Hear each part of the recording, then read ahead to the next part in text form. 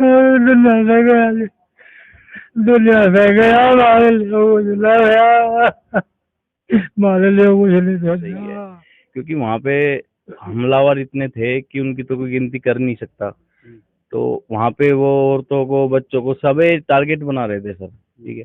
और वहीं पे एक मंदिर था, तो कुछ ज्यादातर लोगों ने मंदिर के अंदर छिप के नमस्कार अपनी जान दोस्तों, बचाई। भास्कर टुडे में आपका स्वागत है। मैं देवेंद्र चौहान इस वक्त की बड़ी खबर आपके बीच लेकर आया हूँ। जहाँ नुहू में जो दंगा हुआ था, मेवात के नुहू में जो दंगा हुआ, उसकी आग की लपट, उसकी चिंगारी कहीं ना कहीं बागपत में भी आके गिरी है। यानी बताऊंगा, एक प्रदीप शर्मा नाम का एक जो युवक है हिंदू संगठन का, वहां पहुंचा था धर्म कर्म के काम को लेकर, लेकिन उसकी वहां से डेड बॉडी आई है। उस गांव में पहुंचे हैं। गांव का नाम है पाणची, यानी बागपत का ये पाणची गांव है, जहां इस वक्त मैं मौजूद हूं। उसके घर के हालात क्या हैं, क्या स्थिति है, उसके बारे में आपको जीरो ग्राउंड पर दिखाना आया हूं। पूरी खबर को देखना और समझना कि क्या पूरा मामला है, क्योंकि उसके परिजन हैं, उसके घर के लोग हैं, उनसे जानेंगे कि आखिर बात क्या हुई थी, क्या था पूरा मामला। ये घर है, सबसे पहले दिखाना चाहूंगा, ये प्रदीप शर्मा का घर है। इस घर में मातम पसरा हुआ है। किस तरीके से आप देख सकते हैं, जिस तरीके से बचपना बीता है प्रदीप शर्मा का, वो वहां पहुंचा था और आज उसकी जो है डेड बॉडी है वो आई है। यहाँ कुछ लोग बैठे हुए हैं, उसके घर परिवार के समाज के लोग हैं। इनसे जानेंगे कि किस तरीके से पूरा मामला हुआ, क्या थी कंडीशन और क्या समझते हैं, और आखिर इनका दर्द क्या है, क्या प्रशासन शासन ने इनकी सुध ली है, और क्या इस बारे में सबसे पहले हम जानेंगे कि इनके परिवार के जो लोग हैं सभी से बात करेंगे। दादा, क्या नाम है आपका?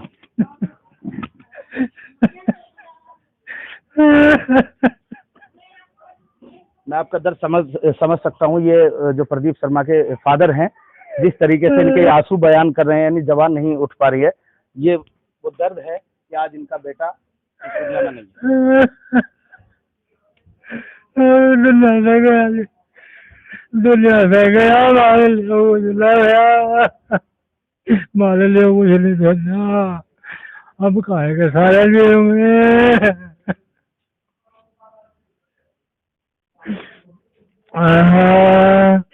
अब क्या करें जी, आप जैसा करोगे करो, सरकार करेगी या सब करोगे। सरकार जैसा फैसला लेगी हमको उससे मान लेना है। तो तस्वीरें आपको चौंका देंगी। उनके परिवार के भाई हैं। क्या नाम है जी आपका? मेरा नाम दीपक है सर। दीपक, क्या हुआ था, पूरा मामला हम जानना चाहेंगे जो प्रदीप के साथ हुआ है। सर, मैं और मेरा भाई, हम गुड़गांव में रहते हैं सर। वहीं पे अपना काम वगैरह करते हैं। तो वो संगठन से जुड़े हुए थे, बजरंग दल से। तो वहाँ पे एक शोभा यात्रा निकाली जा रही थी, जलाभिषेक हो रहा था वहाँ पे मंदिर में सर। नो मेवात में पड़ता है। तो वो सारा जो एरिया है वहाँ मोमडंस का है। तो सर, ये करीब 1000 से 1200 लोग यहाँ से गए थे उधर से। तो ये इधर से चले तो गए सर, जैसे वापसी में आ रहे थे तो इनको उतार उतार के गाड़ियों से पहले पथराव किया गया। जब ये थोड़े बहुत घायल हो गए, गाड़ी रुक गई, रोक रोक के बाहर निकाल निकाल के, मतलब चिन्हित करा गया कि देखा गया कौन आदमी है कौन नहीं है। हाथों में कलावे वगैरह सारी चीजें देख के, तो उसके गले में वो था, उसका आई कार्ड था, ये भी था। तो उसको निकाल के जो उसके साथ थे वो तो सब इधर उधर भाग गए, डंडे पत्थर लगते रहे तो सब इधर उधर भाग गए सर। ये उनका हाथों लग गया। उन्होंने इसके सिर में, मतलब मारने के ही नियत से एकदम डायरेक्ट उसके सिर में अटैक किया। सरिये से, रोड होती है लोहे की रोड से, रोड पे रोड इसके सिर में ही मारे चले गए वो। और इसको ले गए उठा के। ले जाने के बाद पता नहीं, जो इसके साथ के बंदे हैं वो बता रहे हैं कि वहाँ पे फिर पुलिस फोर्स आई, हमको तो फोर्स ले गई।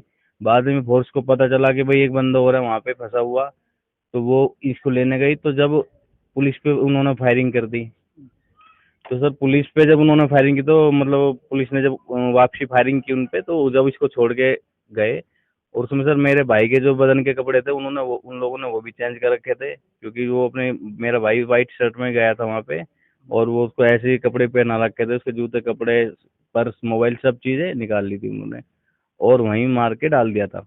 उसकी सांसें चल रही थी, तो वहाँ का पुलिस प्रशासन उनको उठा के एक वहीं के सिविल हॉस्पिटल में डाल देता है, मतलब स्वास्थ्य केंद्र में होता है जो तो छोटा सा। सबसे पहले आपको जानकारी मिली, जी। तो क्या मिली थी, और फिर आपने कैसे करा? क्योंकि पता चला है कि जो प्रदीप है, प्रदीप जो मंदिर में कुछ महिलाएं औरतें थी, उनको बचाने के चक्कर में शहीद हुआ है। हाँ जी, हाँ ये जी। बात सही है कि गलत है? हाँ किस जी, तरीके ये से? बिल्कुल सही क्या? है, क्योंकि वहाँ पे हमलावर इतने थे कि उनकी तो कोई गिनती कर नहीं सकता।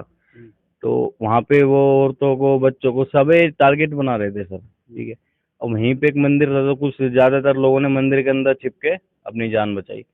तो मेरे जो भाई थे वो ड्राइव कर रहे थे गाड़ी, वो वहां से जैसे भगे हैं ना, तो भीड़ ने मतलब उनको आगे अड़के और पत्थर मार मार के गाड़ी रोक ली वो। तो वो जो इनको निकाल के जो मैंने आपको बताया वो सीन कर दिया उन्होंने। तो मेरे को सर पता ऐसे चला, मुझे पहली बात तो ये पता नहीं था कि मेरे भाई वहाँ पे गए हुए हैं। और मेरे को उनके दोस्त ने मेरे को बताया कि भाई ऐसे ऐसे बात है, आपके भाई वहाँ पे गए हुए हैं, उनको चोट लग गई है और आप एक बार जाके पता कर लें। तो सर मैं वहाँ के हालात जाने लायक तो थे नहीं, धारा 44 लागू थी, कर्फ्यू लगा हुआ था। लेकिन मैं फिर भी भाई था, तो मैं जैसे तैसे करके हिम्मत करके वहाँ से गया। गाड़ी लेके हम वहाँ से गए, तो एक बंदा मेरे साथ और गया वहाँ पे, जिन्होंने मुझे बताया था। यानी वो दृश्य जो वहाँ का था आपने अपनी आंखों से हाँ, लाइव मैंने देखा? देखा सर मैंने। फिर क्या हुआ? वहाँ पे गए हम तो जाके, मतलब गाड़ियाँ जल रही थी रोडों पे, ईंट पत्थर सरिये कांच की बोतलें पड़ी हुई थी, जो मतलब पेट्रोल पंप होते हैं वो सारी चीजें मतलब ऐसे ही जल रही थी। पब्लिक बहुत ज्यादा थी, लेकिन वहाँ फोर्स भी थी। तो सर हमें तो किसी ने कुछ बोला नहीं उस समय। मैं सिर्फ वहाँ के जो हॉस्पिटल थे, सरकारी हॉस्पिटल, वो तलाश रहा था कि जिससे कि मेरा भाई मेरे को मिल जाए। अब मैं नाम बताता हर हॉस्पिटल में, तो वो बोलते कोई नहीं है यहाँ पे, ऐसा कोई नहीं है। अब मेरे को तो नहीं पता था कि मेरा भाई बिल्कुल उन्होंने इस हालत में कर दिया कि वो बोल भी नहीं पा रहा है। तो एक जगह हमने उसका मतलब फोटो दिखाया था, वो बोल रहे हैं भाई यहाँ अज्ञात में तो है। हमने फोटो दिखाया था, वो बोल रहे हैं हाँ यही बंदा है, इसको बहुत ज्यादा चोट है सिर में, और ये हमने सेक्टर 10A के लिए गुड़गांव रेफर कर दिया है। हम सेक्टर 10A के लिए गए, तो वहाँ पे वो सीटी स्कैन होके आ रहा था, उसको लेके आ रहे थे। मतलब कुल मिला के आपके भाई की उपचार के दौरान मौत हुई है? मौत हुई सर। हाँ जी, उपचार के दौरान मौत हुई है क्या कहोगे सफदरजंग में। क्या कहोगे, जो पूरा प्रकरण आपने देखा, आपका भाई आज इस दुनिया में नहीं है, क्या क्या समझते हैं कि इसमें सरकार की नाकामियां हैं या फिर किसकी कमी मानते हैं? सर सबसे बड़ी तो सरकार की नाकामी है। जब हम मतलब अनुमति ले रहे हैं किसी चीज को, हम दर्शन करने जा रहे हैं, तो सरकार को सुरक्षा तो मुहैया करानी चाहिए ना। जब वो कह रहे हैं कि हम सुरक्षा देंगे, जब उपद्रवी वहां पे वो आतंकवादी हैं, उनको उपद्रवी नहीं आतंकवादी बोलेंगे हम। आतंकवादी वहां पे लाखों की संख्या में इकट्ठे हो रहे हैं, तो वो कैसे हो रहे हैं? वो मतलब योजना के तहत पत्थर डंपरों से पत्थर ट्रकों भर भर के पत्थर पहले से आ रहे हैं। वहां पे कहाँ से आ रहे हैं? वहां की मतलब पुलिस और सारी चीजें कहाँ पे थी, उनको कैसे पता नहीं चला वहां पे पत्थर आ रहे हैं? और आने जाने को रोक रोक के सिर्फ उन्हीं को क्यों मार रहे हैं वो? और भी तो पब्लिक रहती है सर वहां लगभग पे। कितने लोग इसमें पता लगाओ सर मेरे को मरे? जो पता लगा है, मतलब कोई तो मतलब जो मैं अपना आइडिया बता रहा हूँ, वहाँ के हालात देख के कम से कम 200-300 आदमी तो मरे हैं कम से कम। वो सरकार इंटरनेट, तो बता रही है 5-6 लोग मरे सर हैं सिर्फ। इंटरनेट सेवा बंद है वहाँ पे। आप उस एरिया में चले जाओगे तो आपकी कॉल भी नहीं लगेगी, नहीं आपके पास कॉल आएगी। नाम को इंटरनेट है, लेकिन आपकी वॉइस कॉल भी नहीं लगेगी वहाँ पे। तो ये सरकार का तो काम है सर ये, ठीक है ना। बिल्कुल वहाँ की सरकार तो बिल्कुल फेल है, बिल्कुल जीरो है। सरकार तो लगातार, हरियाणा सरकार काम कर रही है, बताया गया कि 150 से ज्यादा लोग चिन्हित करके गिरफ्तार भी कर लिए हैं। सर ऐसे अब गिरफ्तार करने से, अब उनको पहले गिरफ्तार करते हैं आप, जब वो सारा काम कर रहे हैं उनको पहले गिरफ्तार करते हैं आप। अब गिरफ्तार करने से क्या, हमारा तो सर भाई चला गया, ठीक है। एक अगर पूजा यात्रा करने में ही मतलब अगर मारा जाएगा, तो फिर ऐसे कैसे काम चलेगा सर? हम यहाँ पूजा नहीं करेंगे तो कहाँ करेंगे बताओ आप सर? मतलब जब हमारे मतलब वहाँ पे मंदिर है, कहीं पे भी मंदिर है, तो वहाँ पे पूजा पाठ तो की जाएगी ना सर। और हर साल होती है, वो जाते हैं, कभी पहले ऐसे तो नहीं होता था। अभी कैसे हो रहा है सारी चीजें? अभी क्यों हो रहा मतलब? वो सर बहुत ही खतरनाक क्षेत्र है। उन्हें नेताओं का संरक्षण है वहाँ पे। वहाँ के विधायक भी आतंकवादी हैं। उनका नाम तो मैं नहीं जानता हूँ। वो पूरे आतंकवादी हैं। वो संसद में बयान देते हैं ऐसे कि वहाँ पे आओगे तो हम प्याज फोड़ देंगे तुम्हारी, ये कर देंगे वो कर देंगे, खुला चैलेंज देते हैं। यानी नेताओं की वहाँ संरक्षण है और बहुत बुरी स्थिति में है। कुछ और साथी इनसे जानेंगे, क्या कहोगे जिस तरीके से प्रदीप की मौत हुई आज वो इस दुनिया में हम नहीं? ये चाहते हैं कि हमारे भाई, वो परिवार का वही था, करने खाने वाला, सब भाई अलग हैं। तो हम सरकार से यही चाहते हैं कि एक छोटा भाई है, उनको सरकारी नौकरी मुहैया कराई जाए। और कम से कम हमारे चाचा जो बुजुर्ग हैं, वो दिल के मरीज हैं और चाची को सुनता नहीं, दिखाई देने में भी प्रॉब्लम है। तो हम चाहते हैं इन्हें कम से कम 1 करोड़ रुपए दिया जाए और छोटे यानी भाई को आर्थिक सरकारी। आर्थिक सहायता की मांग है, ये अपने आप में है। लेकिन किस तरीके से शोभा यात्रा पे जिस तरीके से हमला हुआ है, एक जवान युवक की मौत हुई है और घर में मातम है। और घर की अगर कंडीशन मैंने आपको दिखाई हो, 50 से 51 गज में एक छोटा सा मकान है। 4 भाई भले ही हैं, लेकिन सब अपने मजदूरी करने वाले थे। लेकिन धर्म कर्म के काम पे आज प्रदीप इस दुनिया में नहीं है। दर्द होता है सुनकर कि हिंदुस्तान में हिंदुओं का जीना रुसवा हो रहा है, क्या कहोगे? सर यही है जो आपने कहा है, जी। हिंदुओं का सबका देखना ही पड़ता है सबके लिए। और हमारा भाई तो चला ही गया, इससे ज्यादा क्या कर सकते हैं। धर्म के लिए प्रशासन से क्या मांग रखोगे? प्रशासन से यही मांग रखेंगे, हमारे भाई का जो है ये कुछ जैसे भी हो उनके लिए, उनके माता पिता के आर्थिक लिए। स्थिति करें। अपने आप में एक बड़ी बात है, बड़ा दुख का विषय है। और कंडीशन आप देख सकते हैं किस तरीके से हम जीरो ग्राउंड में पांची गांव पड़ता है और छोटे से घर का छोटा सा गरीब का बालक आज इस दुनिया में नहीं है। यानी धर्म कर्म के काम को लेकर अब बड़ी भयावह सी बात बताई है आपने। आपसे एक सवाल और करेंगे दीपक जी, जिस तरीके से माहौल हो रहा था, बताया गया है कि सोशल मीडिया में कुछ वीडियोज आई हैं कि पाकिस्तान तक की जिंदाबाद के नारे लगे हैं, कुछ ऐसी भी चीज आई हैं जो कहीं ना कहीं आहत करती हैं। एक पड़ोसी मुल्क का नाम लिया जा रहा है और कहीं ना कहीं जहां देश में आज बीजेपी की सरकार है, केंद्र में बीजेपी की सरकार है, नरेंद्र मोदी को एक विश्व गुरु के नाम से भी जाना जा रहा है और लोग तवज्जो भी दे रहे हैं।